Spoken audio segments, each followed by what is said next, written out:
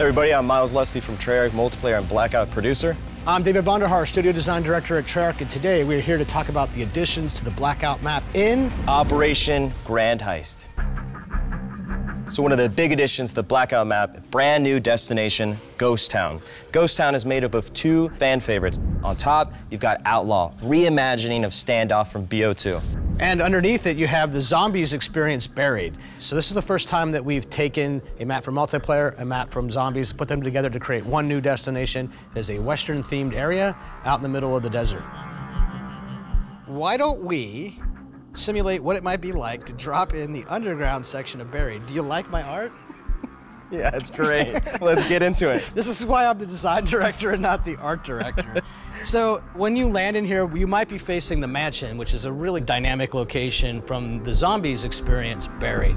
And here, it's something a little bit different. That's right. If you make your way through the Buried mansion, you're going to find mine shafts in the back that'll lead you all the way back up to the surface in the Outlaw section of Ghost Town.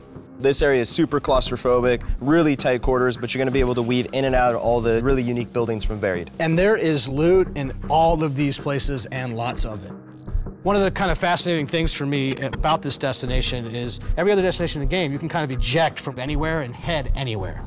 But in this particular destination, if you're down here inside of the Buried area, you can't just eject out. You've got to go to a particular exit, of which there's only 4 that you can get out of, and you're going to run into the other people who are trying to do the same thing that you're trying to do. Yeah, there's a layer of thinking that has to be done if you're going to commit to getting into Ghost Town, right? If that circle is coming and you got to get out, you better either have a grapple to get out of the hole if you want to be super awesome, or you better fight your way out of those tunnels. And everyone's in a hurry, which means you're setting up traps and baiting people right into your line of fire. I hate mesh mines in the tunnels. I love mesh mines in the tunnels. So the Blackout map has more in it than just this expansive new destination that we call Ghost Town.